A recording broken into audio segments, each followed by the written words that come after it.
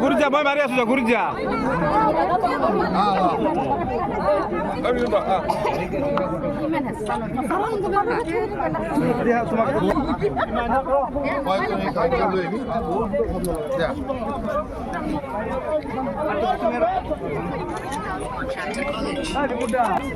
যাতে আমাৰ জ্যেষ্ঠসকলক প্ৰথমতে জাপি আৰু সভাপতি দিৱস এখন গামোচাৰে আদৰণি জনাব মাননীয় আমাৰ ইয়াত উপস্থিত থকা জ্যেষ্ঠ মন্ত্ৰী জয়ন্ত মল্ল ডাঙৰীয়া দেৱ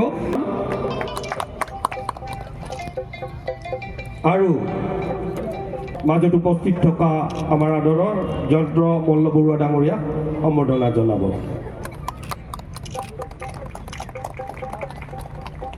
এতিয়া আমাৰ মাজত উপস্থিত আছে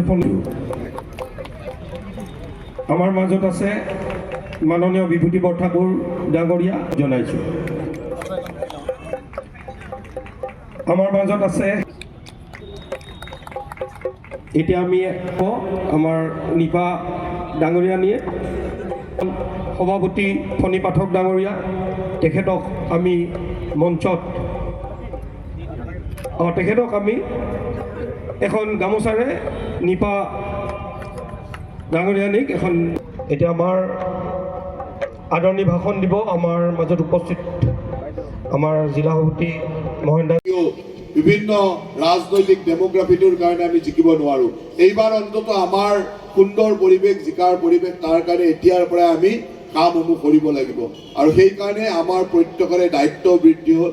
আৰু এটা কথা মনত ৰাখিব যে আমাৰ দলটোৰ সংগঠন পৰ্বৰ সময়তে আমি মেম্বাৰশ্বিপ কৰিলোঁ, বুথ সমিতিবিলাক বনালোঁ, নতুনকৈ মণ্ডল সমিতিবিলাক বনালোঁ।